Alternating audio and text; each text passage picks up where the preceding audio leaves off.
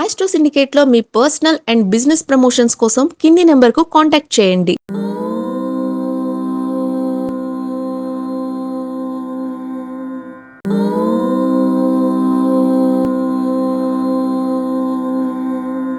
ఓం శ్రీ గురుభ్యో నమః.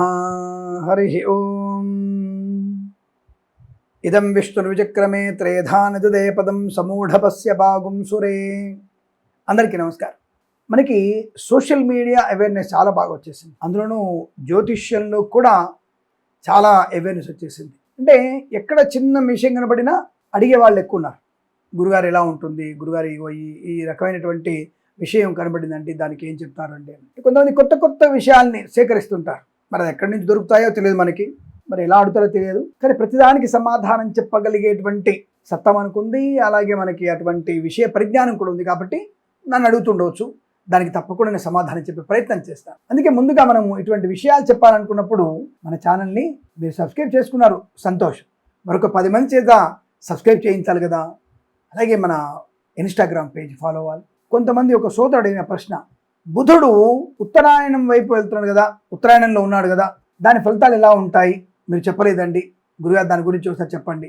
రవి మకర సంక్రాంతి నుంచి జూన్ 15 వరకు ఉత్తరాయణంలో ఉంటాడు, ఉత్తరార్ధగోళంలో ఉంటాడు. అలాగే బుధుడు కూడా సేమ్ యాజ్ టీజ్గా జనవరి 15 నుంచి కాదు, జనవరి 8 నుంచి ఉంటాడు ఆయన.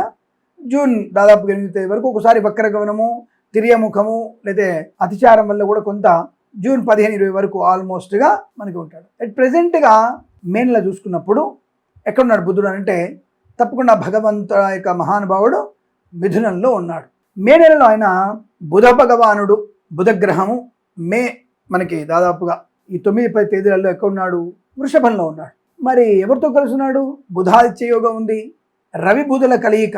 నిజంగా చెప్పాలంటే కన్యలో రవి బుధులు కలిసిన, మేషంలో రవి బుధులు కలిసిన, అది బుధాదిత్య యోగం. సరే, ఇక్కడ కూడా కలిసే ఉన్నారు ఇద్దరు కూడా.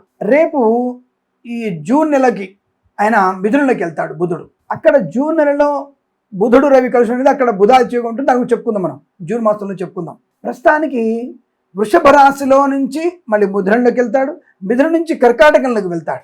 అంటే ఈ 3 గ్రహ రాశుల సంచార సమయమే ఉత్తరాయణ కాలం. సేమ్ రవిగ్రహం లాగానే ఈ బుధుడు ఉంటాడు. మరి ఈ బుధుడు ఉత్తరం వైపుగా ప్రయాణం చేస్తున్నప్పుడు, ఉత్తరముఖంగా అంటే కుబేర స్థానం అంటారు దాన్ని, కుబేర స్థానం వైపు కుబేరుడిగా అతను తిరుగుతున్నప్పుడు స్థానం వైపు, కుబేర దిశ వైపు బుధ ప్రయాణం ఎలా ఉంటుంది అని అంటే దాని గురించి వివరాలు చెప్పండి అని అడిగారు. అంటే ఏ రాశుల వారికి బుధుడు ఉత్తరాయణంలో ఉన్నటువంటి సిచ్యువేషన్ని బట్టి మాకు తప్పకుండా ఫలితాలు చెప్పమని చెప్పేసి కొంతమంది అడిగినటువంటి విషయంలో మీకు చెప్పే ప్రయత్నం చేస్తున్నాను. జాతక ప్రకారంగా బుధుడు అనేవాడు నార్త్ వార్డ్ మూమెంట్, ఉత్తరం వైపు జరుగుతున్నటువంటి, ఉత్తరం వైపున ఆయన ప్రయాణం సంచరిస్తున్న కాలంలో, ట్రాన్సిట్ ప్రయాణంలో ఈ బుధుడు తన స్వక్షేత్రమైనటువంటి మిథునము కన్యారాశి వైపు వెళ్తూ ఉంటాడు.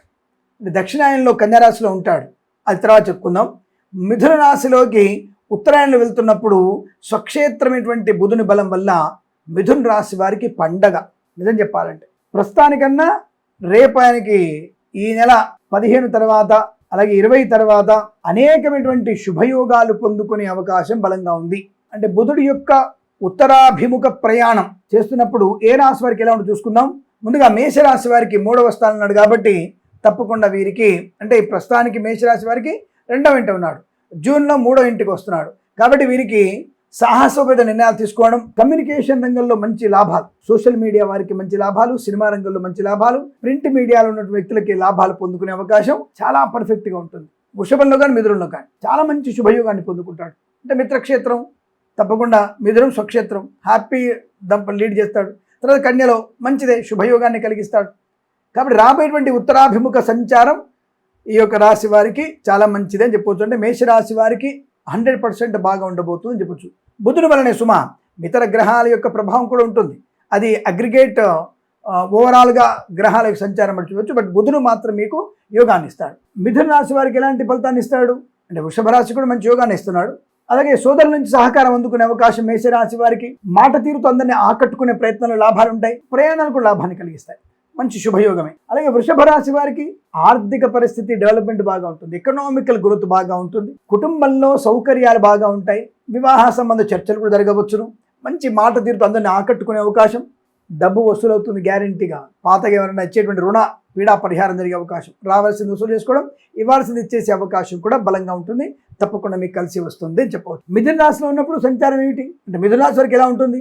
మీ ఆలోచన విధానంలో స్పష్టత, అవగాహన, అలాగే విద్యార్థికి ఏకాగ్రత బాగా పెరగడం, సమాజంలో మంచి గౌరవాన్ని పొందుకుంటారు. ఇక కర్కాటక రాశి వారికి ఖర్చులు పెరిగే అవకాశం ఉంది, కానీ ఆదాయం కూడా బహుదా ఉంది. ఆదాయం కూడా ఎక్కువ ఉంటుంది. ఖచ్చితంగా మంచి ఆదాయ వనరులు ఉంటాయి. ఆధ్యాత్మిక నుండి యాత్ర చేసే అవకాశం, ఇల్లు కానీ పొలము కానీ స్థలము కానీ కొనుగోలు చేసే అవకాశం. దీనివల్ల ఖర్చు ఎక్కువ ఉంటుంది. అంటే ఈ ఖర్చు భవిష్యత్తుకు ఉపయోగపడే ఖర్చు కాబట్టి మిథున రాశి వారికి కూడా అనుకూలమవుతారు, శుభయోగంగా చెప్పవచ్చు. ఈ కర్కాటక రాశి వారికి నిద్రలేమితనం వల్ల కొంత అంటే ఈ నైట్ డ్యూటీ చేసే ఉంటారు కదా పాపం, మన సాఫ్ట్వేర్ కంపెనీ చేసేవాళ్ళు, ఓవర్గా నైట్ డ్యూటీ చేసేవారికి అనారోగ్య సూచన వచ్చే అవకాశం ఉంది. కాబట్టి కర్కాటక రాశి వారు ఆ విషయంలో జాగ్రత్తగా ఉండడం చాలా మంచిది.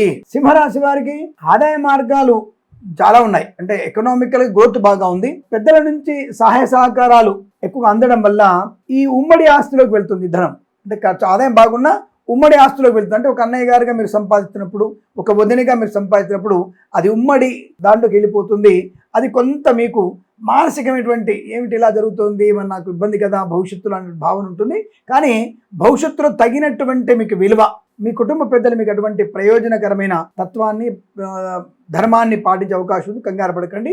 ప్రస్తుతం మాత్రం అధికమైనటువంటి ధన వ్యయం అయితే బాగా కనబడుతుంది. కొత్తగా మనకి ఖర్చులు ఎక్కువగా ఉంటాయి. అలాగే అనుకున్నటువంటి పనులు, కోరికలు నెరవేరేటువంటి అవకాశం ఉంటుంది. సోదరులతో కాస్త కటువైనటువంటి మాటలు మాట్లాడకపోవడం చాలా మంచిది. బట్ మంచి అనుకూలతని, ఆనందాన్ని బుధుడు మీకు శుభయోగాన్ని కలిగిస్తాడు. ఆ దశమంలో లాభంలోకి వస్తాడు కదా, మంచి యోగాన్ని ఇస్తాడు. కన్యా రాశి వారికి బుధుడు యొక్క ఉత్తరాభిముఖ సంచారం వల్ల వృత్తిపరంగా చాలా అద్భుతమైనటువంటి యోగం. దశమ స్థానం కదా, నవమ దశమ స్థానంలో కన్యా రాశి వారికి అద్భుతమైనటువంటి యోగాన్ని, వృత్తిలో ఉద్యోగంలో లాభాన్ని, కొత్త వ్యాపార యోగాన్ని కలిగిస్తాడు. ధర్మకార్యాల మీద ఆచరణ ఎక్కువ తీసుకుంటాడు, అంటే మంచి ఆలోచిస్తాడు. కొత్తగా రాజకీయ నాయకులకి లాభాలు పొందుకునే అవకాశం, బాధ్యతలు బాగా ఉంటాయి. పై అధికారులతో మన్నన పొందుకునే అవకాశాలు కూడా ఉంటాయి. వృత్తి ఉద్యోగాదులు లాభంగా వీరికి శుభాన్ని కలిగిస్తుంది. తులారాశి వారికి పెండింగ్లో పనులన్నీ కూడా పూర్తి చేసుకుంటారు. చాలా మంచి పనులు అయిపోతాయి. అనుకూలత, ఆనందయోగం, ధర్మకార్యాల మీద ఆసక్తి పెరుగుతుంది. యజ్ఞయాగాది కృతులు చేయవచ్చు, మొక్కులు తీర్చుకోవచ్చు, తీర్థయాత్ర సేవలు చేసే అవకాశాలు కూడా తులారాశి వారికి ఉంటాయి. తప్పకుండా పెద్దలతో ప్రశాంతతని, ఆనందాన్ని, చేసినటువంటి పొరపాట్లని, ఇబ్బందుల్ని అన్నీ కూడా తప్పించుకొని సుఖయోగాన్ని, శుభయోగాన్ని పొందుకునే అవకాశాలు ఖచ్చితంగా బలంగా ఉంటాయి. మీకు తులారాశి వారికి కూడా అత్యుత్తమ శుభకాలంగా చెప్పవచ్చు. ఇక వృశ్చిక రాశి వారికి మాత్రం అనారోగ్య సూచన చెప్పుతోంది. మీరు తొందరపాటుతనం, మద్యపాన సేవనం, వాహన వేగం ఇవి మీకు కొంత ఇబ్బంది కలిగిస్తాయి. అనాలోచన నిర్ణయాలు, బెట్టింగ్లలో డబ్బులు పోగొట్టుకోవడం, షేర్ మార్కెట్లో డబ్బులు పోవడానికి అవకాశం ఉంది. బీ కేర్ఫుల్, కాస్త జాగ్రత్తగా. అంటే బుధుడు మాత్రం బాగాలేదు, గురుబలం బాగా ఉన్నా, శుక్రబలం బాగా ఉన్నా అది బాగా ఉంటుంది. కానీ బుధుడి యొక్క బలం తక్కువగా ఉంది కాబట్టి అనారోగ్యము, అది కూడా గుప్తమైన శరీర భాగాల అనారోగ్యము, అక్రమ సంబంధాల వల్ల మీకు ప్రమాదాలు పొందుకునే అవకాశం కూడా ఉంటుంది. కాబట్టి జాగ్రత్తగా ఉండండి. డబ్బు విపరీతమైన ఖర్చు ఉంటుంది.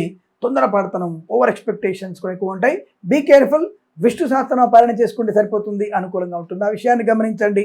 ఇక ధనుసు రాశి వారికి బుధుడి యొక్క ఉత్తరార్ధగోళం ప్రయాణంలో మంచి ప్రేమ వ్యవహారాలు, వివాహ యోగం, శత్రునాశనం, ధనయోగం, సంతాన యోగం, వ్యాపార లాభాన్ని పొందుకోవడం, గొప్ప వ్యక్తులతో పరిచయం, సినిమా రంగంలో మంచి లాభాలు పొందుకునే అవకాశం ధనుసు రాశి వారికి కనపడుతోంది. బాకీలు వసూలవుతాయి, మంచి మాట తీరుంటుంది, అనుకూల సాధిస్తారు. పెద్దల అంగీకారంతో ప్రేయసి ప్రియులు ఒకటే అవకాశం కూడా కనపడుతోంది. ఇక కుంభరాశి వారికి మంచి క్రియేటివిటీ, అంటే సినిమా రంగంలో ఉన్న వ్యక్తులకి చాలా మంచిది. అసలు సినిమా రంగంలో ఈ రాశుల వారికి ఈ 2 నెలలు, అంటే ఈ యొక్క వృషభంలో మిథుడు, మిథునంలో బుధుడు, అంటే బుధుడు 2 రాశులు ఉన్నటువంటి వ్యక్తులకి కర్కాటకం వరకు కూడా, అంటే మే, జూన్, జూలై అద్భుతమైనటువంటి యోగాన్ని కలిగిస్తుంది. దాంట్లో సందేహం లేదు. తప్పకుండా మీ క్రియేటివిటీ బాగా ఉంటుంది, సైంటిఫిక్గా బాగా ఉంటుంది. అలాగే సాంకేతిక రంగాల్లో మంచి ఉద్యోగ లాభం ఉంటుంది, ప్రమోషన్, ఇంక్రిమెంట్ ఉంటుంది, ధనయోగం ఉంటుంది, ఆస్తి పంపకాలు కూడా బలంగా ఉన్నాయి. బుధుడు మీకు మంచి జ్ఞానాన్ని, శుభయోగాన్ని ఇస్తున్నాడు. మీరందరికీ కూడా అనుకూలంగా ఉంటుంది. ఇక మీనరాశి వారికి ఇంటి వాతావరణం అనుకూలంగా ఉంటుంది, నో డౌట్. ఇంటి వాతావరణం చాలా బలంగా ఉంటుంది. కొత్త వస్తువులు కొనుగోలు చేసే అవకాశాలు, వాహన యోగం కూడా ఉంటుంది. కాకపోతే తల్లిగారి ఆరోగ్యం ప్రారంభంలో కాస్త ఇబ్బంది పెడితే తర్వాత తల్లిగారి ఆరోగ్యాన్ని అనుకూలంగా మార్చగలిగే అవకాశం ఉంటుంది. సో ఇక్కడ ముఖ్యంగా బాగలేనిది ఎవరెవరికి? కర్కాటక రాశి కొద్దిగా బాగాలేదు, అంటే వృశ్చిక రాశి వారికి కొద్దిగా బాగాలేదు. ఈ 2 రాశుల వారు విష్ణు సహస్రనామ పాలన చేసుకోండి, అనుకూలవంతమైన శుభయోగాలు పొందవచ్చును. సర్వే జనా సుఖినో భవంతు. ప్రేమతో మీ కిరణ్ శర్మ.